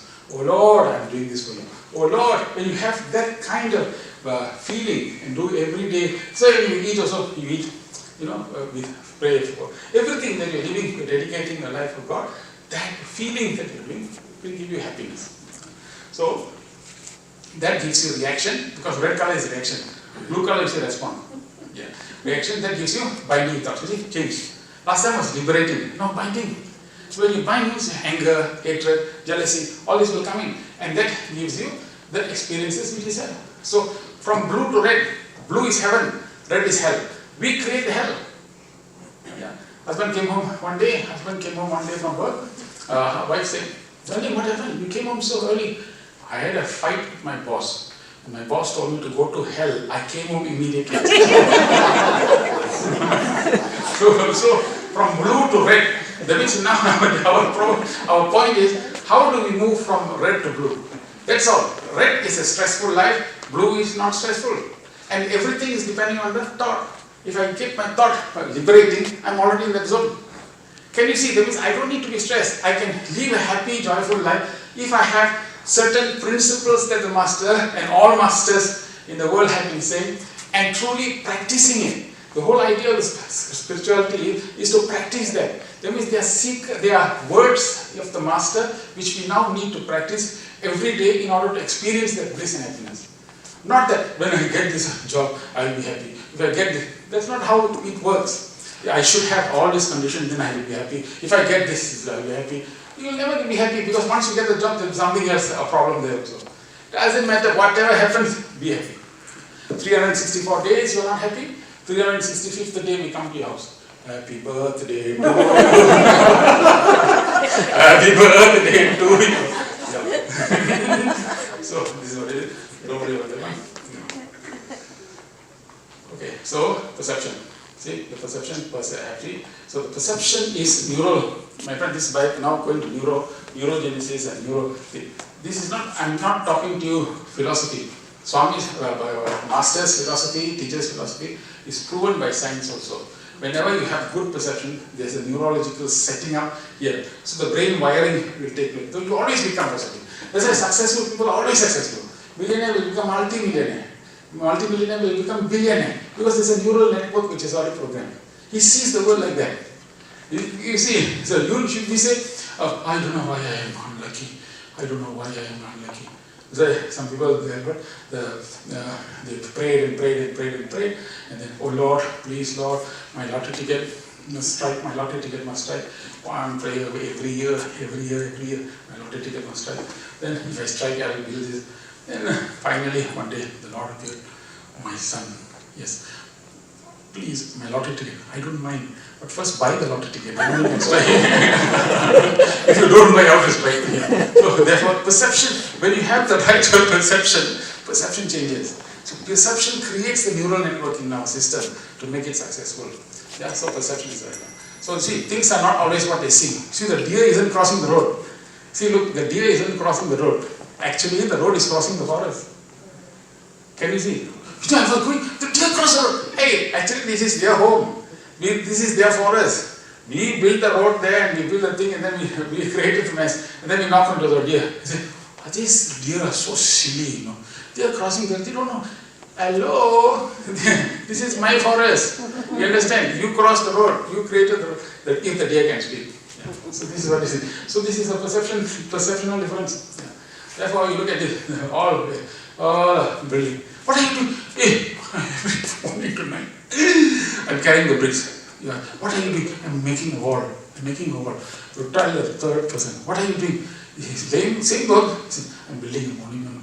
For hundreds of years, there will be monument will be used. All three laying bricks. But guess who has the least stress? The one who has got the highest vision. When you work with a vision, you do not have stress, my friend. When you are stressful, otherwise the neurosurgeon, see the neurosurgeon is sleeping at home. 11 o'clock, sir, we have a danger, you have to come. Okay, doctor, surgery, 11 hours, 8 hours, 10 hours surgery, standing there. He has to be careful, he has to do everything well. So next day, he's successful. Supposing he's sleeping mood, you know, and then he cuts something. Then the person walks like that, because neurologically affected. Then the neurosurgeon says, sorry, don't keep it to yourself, I accidentally on the day cut something. But don't take it too personal. You know. So that job which he's doing is so stressful, extremely stressful. But the way he thinking is about the success of the operation, the success. So every day you have the mindset that you're born for a higher purpose. You find that you'll be always stress-free, happy. And all this which I am talking about is physics. Observation and consciousness have a direct impact on physical. So I am not talking pure philosophy, I am backing it up with science. So there is a consciousness, there is a theory in this, that when you see, how you see improves the consciousness. So this is a science quantum physics, and we can go into this for 2-3 hours. Which you know. Therefore, what the spiritual masters pray, meditate. What difference does it do if you pray? Tell your children also, when you come for prayers, encourage them to come. You know, I told them to come, but they said, why should I go to prayers? Oh, where is God? So, isn't God everywhere? Yeah. God is also in the room. Yeah. God is also under the blanket. Yeah. Then why should I get up from the blanket? Why should I get up from the blanket? So when you have that philosophy, like, oh, my child, you got my braids. You do like that, and then leave them there. That's the biggest mistake. Biggest mistake you will make. Whatever it is, drag them into the prayer hall. Nurture growth inside, because prayers and meditation through this, all those numbers are scientific research papers. So it's not philosophy. So prayers and meditation, significant reduction in blood pressure, reduced heart rate, cardiorespiratory levels of melatonin, suppressed cortisol. All these are healthy. If you do just meditation and prayers, these are the results. Simple. So if you do your meditation and prayers, this is what the result is. Body will become healthy. This is proven by scientific research. It's not some, I didn't pick it up from philosophy book.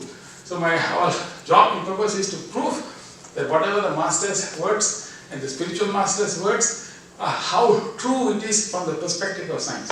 Because I am myself a scientist, so if I combine both, to tell you those numbers are all science publications, ISI journal publications, to show you that. So from today onwards, give importance to prayers, give importance to meditation. Happiness is the meaning and purpose of life. This is what the great scholars say. So how is life? So life is terrible, you know, not good. Everything very stressful, very tense. All the situation, you know, job market, I'm not even going to show them, retraining, I don't know. So life is tough. But if you have food in the fridge, clothes on your body, a roof over your head, and a place to sleep, you're richer than 75% of the world. Can you imagine? You're richer than 75% of the world. If you got a roof over your head, you got this one, that means you should be happy. Don't keep looking at the house. The house is small. House is small. What to do? And then you look at that house is big, this house is big, and this depresses you for that. And he looks at you, okay, you're back. So he closes the eyes. He doesn't want to see this situation because he knows what's going to happen. So 75% of the whole world. Can you imagine? 75%. Second point is that, second point is that if you have money in your wallet, a little change, and can go anywhere you want, you are among the 18% of the world. 18%. Already in that population, if you have a little bit money in the wallet. If you are alive today with more health than illness, you should know that more than 1 million people will not see the end of this week today. So if you are alive, so we should be blessed. You see, if you actually read this message and understand it, you are more fortunate than 3 billion people who cannot see, read, or suffer. So literally, we've got so many things to be grateful. So every morning when you get up, you should be feeling very grateful. Gratitude is one de-stressing mechanism. Every day, I'm alive, I can breathe, I'm happy, I can walk, I can see. Every day you have to thank the highest, thank you for saying, thank you so much, thank you so much. So every time you feel thank you, you must feel this. The food also, thank you, Lord, thank you. Even when you eat, you can taste the food. That itself is a big thing, you know. So all these things, every day you have to feel great. Don't take for granted. That is the thing. So, because one will leave, the tap water is opening, tap is coming out. One day the water doesn't come out, you have to go for the meeting, and then make a big huge noise. But when the water is coming regularly, we don't thank. Electrical breakdown, we don't thank the electricity board for giving us electricity. So a lot of things happening in our life, which is very good, but we only try to look for a small. In the white paper, one professor wrote, in a white sheet of paper, put a one black spot, and then asked students to see. They describe the black spot. Deep spot, the vector ugliness. But I think, why don't you describe the white paper? There's only one spot. We focus only on the black spot, one spot, and make it a thing. So this is where we spoil our happiness in life. So what's the time now, if I may ask?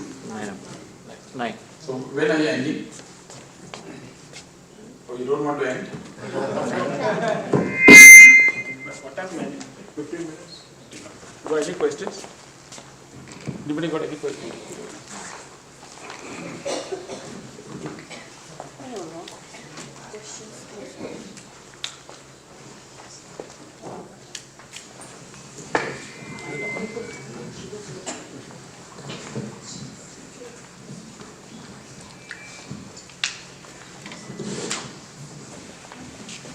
Okay, no questions? Yeah. Yeah, one question, yeah. Come on, tell me. Thank you for sharing everything that you shared with us. I understand it intellectually, whatever, mostly, I wouldn't say everything, mostly.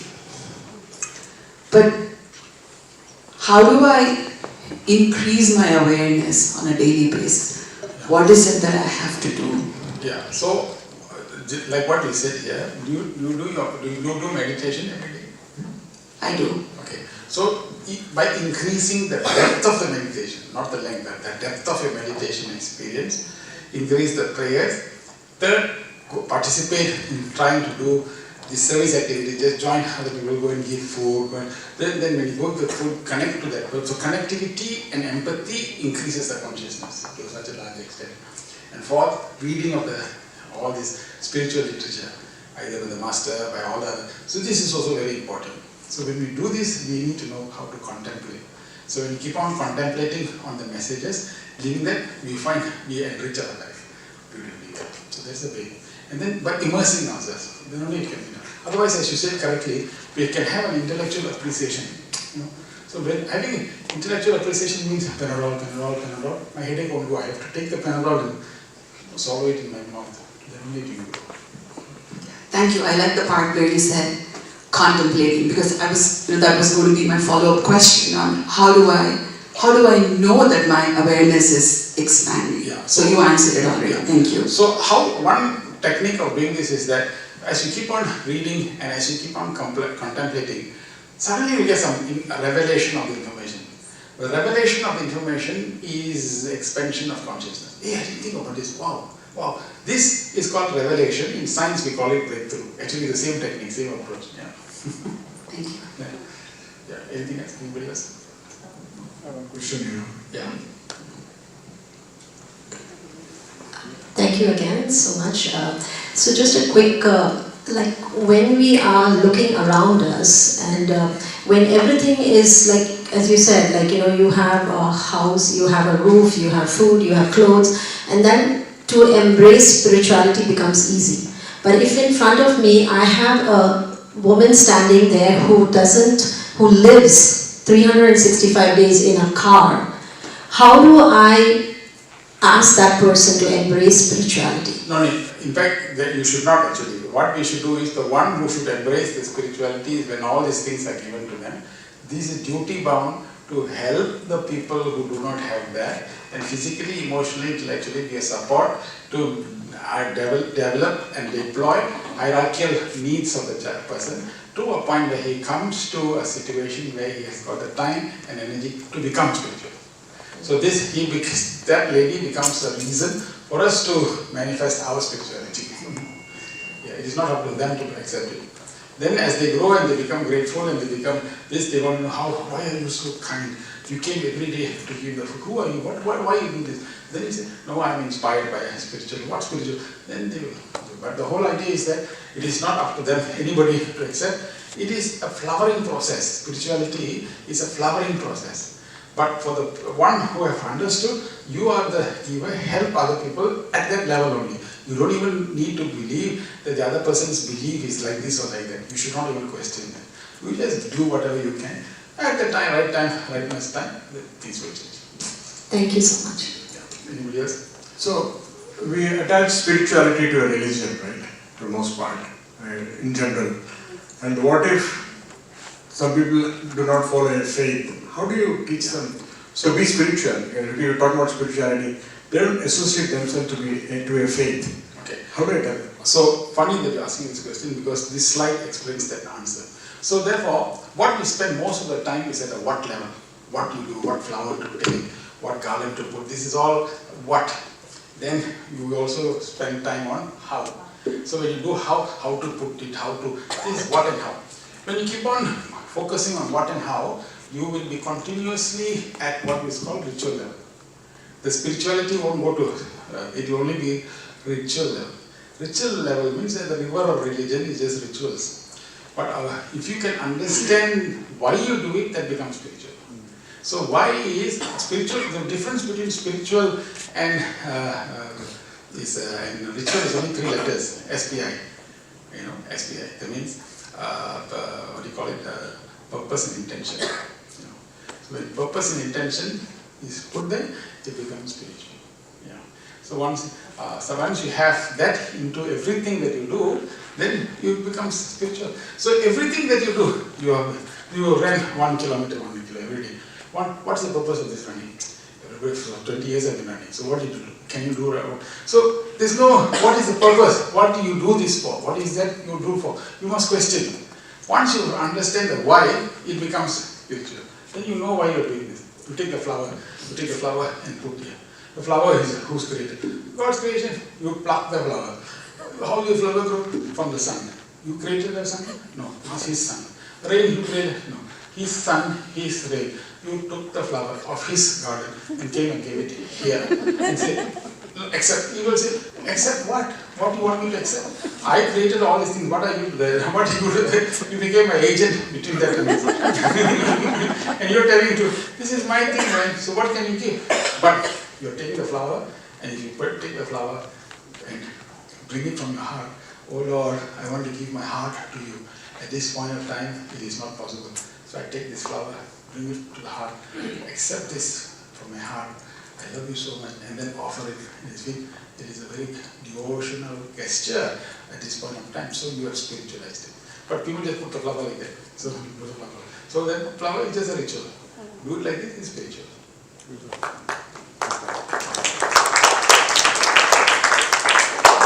The candle, is it? You light the candle. Oh Lord, let my life be like a candle. One, the light, as the light goes down, I must give illumination to everybody in the darkness. Let me be the light. If I be the light and light up the whole world, and as I continuously diminish, but the light effulgence grow, and guess what? Other candles can come and light from the same light. Hundreds of candles can be burned. Let my life at least be like a candle, white and pure, like this candle. There you are. Finish.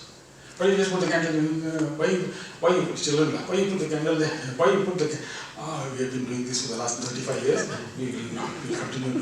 Why? Don't ask why. Don't ask. So when we restrict the questioning, when we restrict the why and focus on the what and how, it's ritual. Once you know the purpose, it is spiritual. So the whole idea is, I didn't say what religion, I said what is the role of spirituality in your stress management. Now in my life, and every day I go to office, I just want to make a candle. I have the imagery of the candle.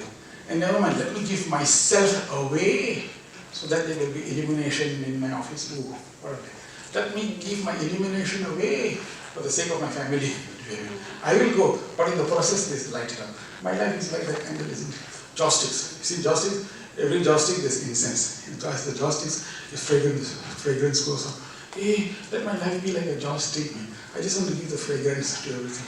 I've added the symbol. My life is going away, no. But as I go, I give fragrance, a lot of love, a lot of care, let the fragrance be.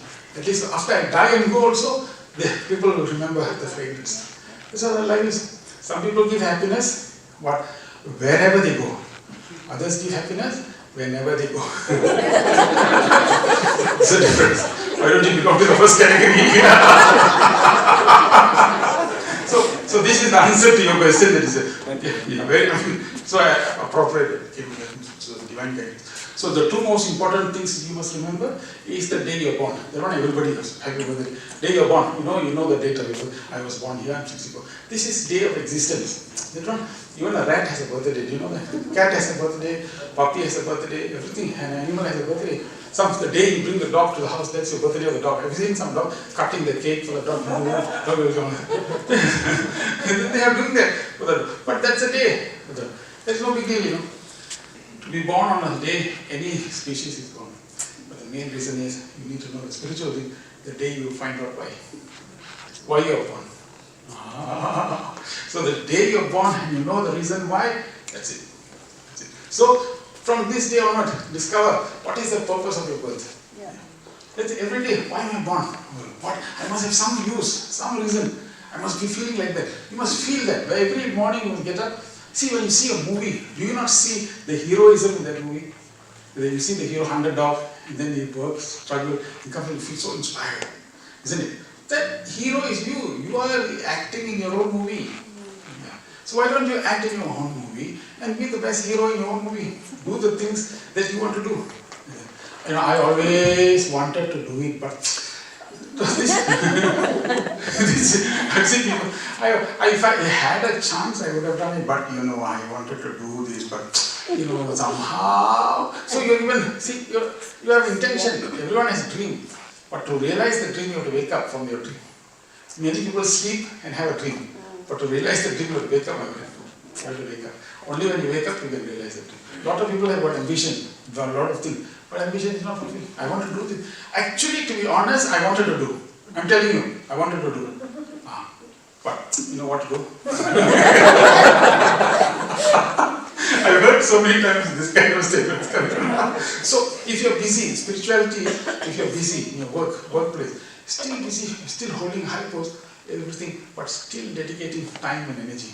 For me, I'm not inspired. You can be a CEO of a company, you can be a big thing, and you work 24 hours. It doesn't inspire me at all. I always, I'm a doctor, my eyes doesn't, I'm not excited. But if I hear someone, what do you do? I am here, I'm doing that. But I also go, and there's a school there, I give my time. Anything that gives a little bit more time to help another individual, that excites me. They want to know your life. Then how do you do this? That means you are alive. See, that means you are alive. You are caring for some people. That means you are alive. That aliveness, that is what is the most important thing is for us to be alive. So this is the most important thing. Now, do I have time for this one? How many of you have seen Titanic? Ooh, all of you. How many times you saw? 2-3 times. Okay. All 3 times the ship sank? So when you saw the movie why did the ship sink? Iceberg. Yeah. Why didn't the captain see the iceberg? You saw the iceberg, why did he crash it? It's too late to turn. No, the biography is that ship was going, 6 ships passed by and told don't crash. But he saw the iceberg, it was only top little bit. Titanic is the biggest ship at that time. When he crashed it, they thought this is nothing. Forgot 80% of the iceberg is below. Right. Only 20% of the iceberg is at the top. This is our personality also. 80% of our life, subconscious mind. 20% only outside.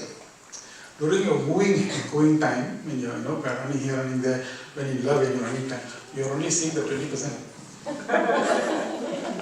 I asked her, you were never like this before. You were never like that before. Now your behavior is changed. Now I'm seeing you 80%. Iceberg has come out, now I'm seeing you 80%. Because below the iceberg, 80%. So every human, that's what the psychologists and psychiatrists, there are deeper impressions in our life, deeper things in our life, in our thing. So we are made up of programming. That's why now when you listen to me, you'll feel inspired, you feel good, you want to do something until you reach home. Yeah. And then to next week, they'll say, hey, how was the talk? Which talk? No, the one. Oh, yeah, nice, it was nice. After the talk, they gave some food and all that. Okay, some sandwiches were there. No, okay, that's good. But what happened at the talk? You forget. So the thing, something he said about subconscious mind, it was there, nice. It was nice talk, it was good. What was said? Okay, Bharatanatyam, the dance. So the whole point, my friends, is that everything is at the subconscious. Why you don't implement is the subconscious programming is more than the conscious. So your programming at the bottom is difficult. You decide it's difficult. Subconscious programming, this one all is good for theory. Now in your mind, it's all good. I have to go back in my house, there's a problem, I have this. I have my own problems at home. Who's going to solve? So you already decided to live a problematic life. Can you see? You already decided. So this particular information will not register because you are dabbling in the subconscious level of all the effects. But if you make a thing, whatever it is today I will listen, going from today onwards, sure. So from today onwards, your life is changed. It can change today. From today onwards, time can change. It depends upon what is the subconscious programming. It is for the subconscious reprogramming is why you do the prayers. Why you do trust the Lord, pray. Whatever religion you are, pray so that the programming that God is now giving us, that I am supreme, I am absolute, I want to help people, I want to help, those positive values get impressed to erase the negative programming in us. So our problem in life is that we have to get rid of all this negative programming. See, many of us, we got everything, but sometimes we are, tomorrow also we can do, it's okay, tomorrow also we can do. I tried my level best, but commitment. Very many people can talk, but commitment very low. I'm a kind of person who, when I commit something, I do 100%. That is why I'm not committing. Answer. It's a very nice, beautiful philosophy. But it just declares that you are not taking the initiative and the plunge because you lack the confidence. So confidence, spirituality is about putting the whole thing on Him and wanting to live in this world. Once you do like that, we are our own heroes in our story. And we got a lot of good inspirational stories to tell. Each one of us have got beautiful stories to tell. So when we live that story till the end, guys, for me, one day we'll go. Do you know, one day I came into the organization, 1,300 people watching. I carried a pot, and came. I talked with the pot. I asked them, do you think I can get into this pot? 6 feet, 3 inches, get into the pot? They said no. But one day I can get into the pot. Once they burn me up and collect the ashes, I'm here. I'm portable. I'm easily portable. Once I'm portable, they collect the ashes and throw it and that's it, done. That once you have that feeling that you are a passing entity, there's power, there's strength, there is a lot of confidence. We want to do something good and live in this world. That's it. Let others benefit, but you do your part and make it the best. So your career also will be good, your society also good. Then that is the kind of vibrancy that we must add to the world of this lethargic, dull thing. Some people want to be happy, but with this spirit. You go to the houses, excuse me, you want to drink coffee, cocoa? No cocoa. Tea? No tea. Coffee? No coffee. Whiskey water? No water.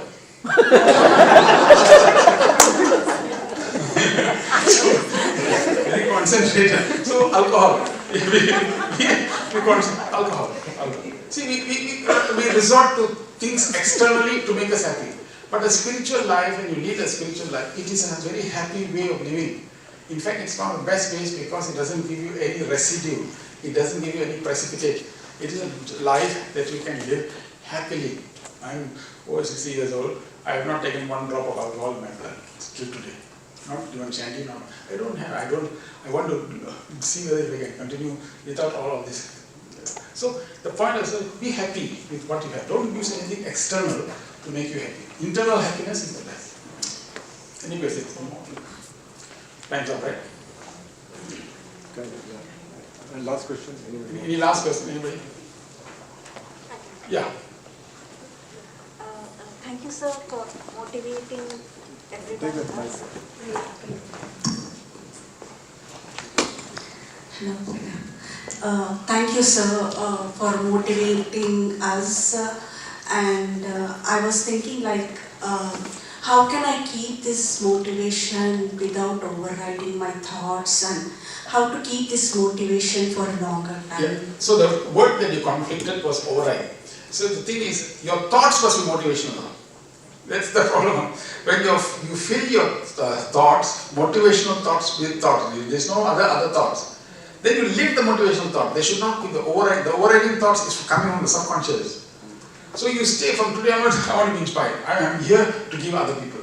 I'm here to help other people. I'm here to serve. Have that motivation and live your life like this every day. So this is what you should do every day of your life. You don't need to worry. The rest, you just keep on doing. The world will adjust according to and give you that capability and the capacity and the competency to do and fulfill what we are born for. Thank you. Yeah. So don't override. That means override means there's a force. Then I want to do, but you see this is what happened.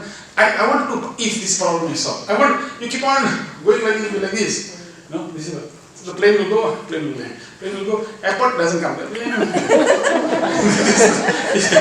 That's why life is a seesaw. You just keep on doing like this, swinging up and down. So what you have? I have a swinging life like this, going up, going down. But you must reach a destination, isn't it? So as a result of our life, few people's life must improve. If you have that objective, it will happen because you are now part and parcel of the universal law. So thank you so much for your talk. You touched upon 3 aspects of management: thought management, time management, and breath management. You touched upon 2 of those: thought management and breath management. In terms of time management, do you have any? Time management I didn't speak about because they didn't give me time.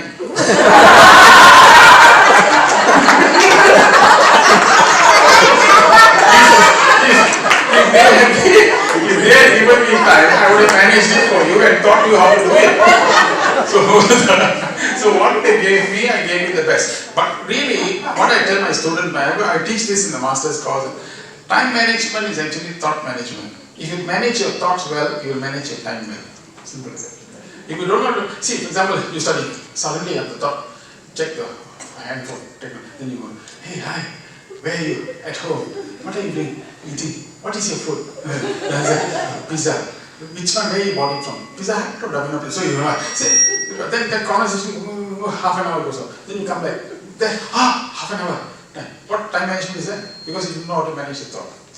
Time management and thought management is very related. Yeah. If your thought management is very neat and very good, you can pack many more things. You can carry a suitcase, you hire very well. You can put many things, but you just dump the clothes there. You can't pack so many things. So like that, thought management is putting neat things inside your head and making it very categorically okay. So you go to your house you should not think of your office. But people in the house think of the office problem. So you're looking at staring at your wife. But the problem you're thinking, office problem. Your files are going on inside the head. You want to go and see the boss. But she's talking. You're not the head. See, the head has already been automated, self-automated to agree to whatever that she's saying. So you just say that. Correct. But the mind is already in the office. This is how they manage the. So in that way, you're not there 100%. When you're not there 100%, wherever you are, you should be 100%. That's it. That's a secret of thought management. If you're with a child, 100%. Eating movie, you just enjoy the movie, immerse yourself in the movie, see the contours of the direction, enjoy. Come on, 100%. Wherever you are, eat your ice cream, you eat your ice cream. Don't eat the best person, people to eat ice cream is the children. When they eat ice cream, they think ice cream will go here, ice cream will go there. The one who spoils the joy of eating ice cream is who? Parent. Don't drop it. The carpet is new. You understand? The car is new. This is new. Careful. Don't drop it. Children get fed up. Come on, take the ice cream. Give it to me when I'm 16 years old. Okay? Fed up. You spoil the joy. But they know because they're not conditioned, so they do it with so much of innocence. They just enjoy it. We don't know how to enjoy it. That's a problem. For us, adults, we should be like childlike. We should be happy. We should just do what we have to do. Play the game, do the thing. We are very old already. Valentine's Day, let's say. I'm just giving an example. Valentine's Day. You went out, already 60 years, 70 years. That's what the husband said. You see, that man, when he goes to the office, when he goes back home, when he goes out, he always kisses his wife, then only he goes. You never do it. I am telling you, I would have done it, but I don't know her that well.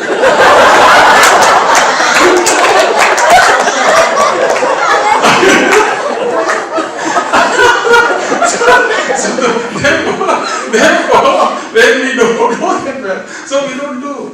We are never there. So that's our problem. The problem is one of the best stress busters, be in the present. Enjoy the present. If you know how to enjoy the present and be 100% there. When you're walking, walk. Why do you think of the office? You walk, you enjoy the garden with the tree. Speak to the tree, speak to the flowers.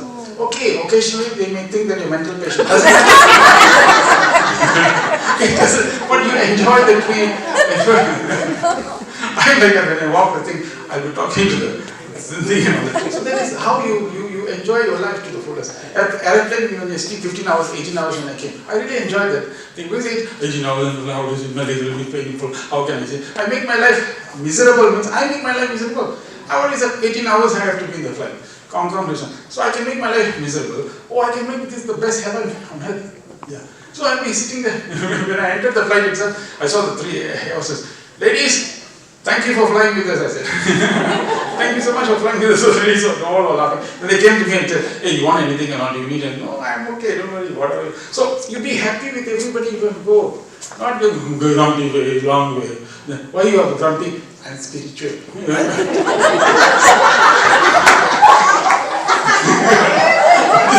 What is it necessary to be spiritual? I have a long face, I don't give it a I tell you. They just don't have that. That's why I'm telling you, the mistaken notion of spiritual life is that you should, this is necessary, like what you call your prayers, all that is good, but it should be reflected in your personality. Yeah. And everywhere you should see, look at things, see what you can contribute. Make things, make the world a better place. That's why you must always find. I think Michael Jackson knew the trick. He said the point is you must look at it, find it, and then thrash it and go across the limit. That's why he said, beat it! So you got to beat it. You got to find the limit, beat it, and become limitless. Limitlessness is the quality of the spirit. That's what the master said. Question? Yeah. I think we have time. Time? Okay. So thank you so much for me. I want to thank your original coordinator, for organizing this whole thing. We organized the Chicago, we managed to get the flights and everything else organized, so thank you so much. Our previous coordinators, the regional coordinator, were so good. I mean, we had a lot of beautiful interactions together. I think Detroit, if you really look at it, it was a very, very dynamic group. You've got a very good, very, very good group you had. So this good group should be harnessed and we should make it a mark. I saw the stage, my God, this is a beautiful stage. This thing can be open, right? Yeah. For church, they'll open. Yeah. So present something in this church on Christmas Day. Your SSC children should be sitting on Christmas Day, present a Christmas play. Your youth should be singing songs here on this stage, and then a play on and the life of times of Jesus Christ. Do things to harness, become universal, become inclusive, become very powerful and strong in the messaging that the good Lord has come for the world. When you have that kind of notion, the heart will beat with positivity, and you find you'll attract positive things in your life, and your whole life you'll be all the time happy. I take this opportunity to thank you all. I am staying with the Vedas and Shavana. You are so good hosts. Yesterday in Chicago, I was with Dr. Gita's family. I was staying there with my brother. They all very nice, very hospitable, loving people. In America, you feel like you came back home. You know, today morning, I asked my wife, I told them, hey, I was talking to Vedas' children, Shavana's children, and I was telling, so she's asked me, by the way, I just want to ask you one question. Are you planning to come back? Are you planning to come back? I said, I have this in my diary, I've already written it, that I should return. So with these few words, thank you so much.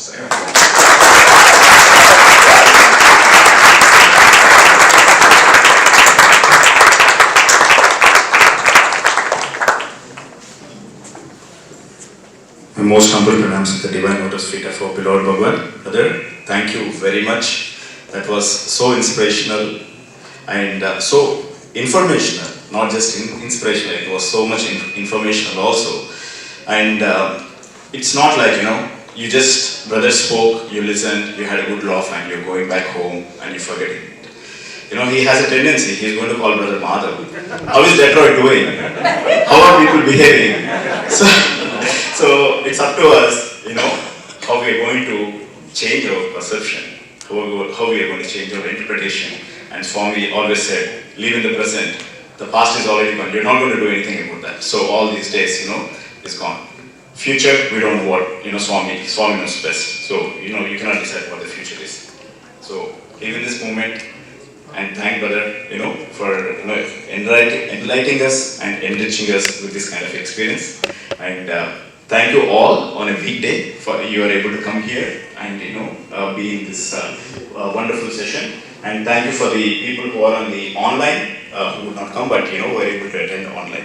And with this, I would like to call Brother Hari to give a small token of gift from Detroit. Normally we give card.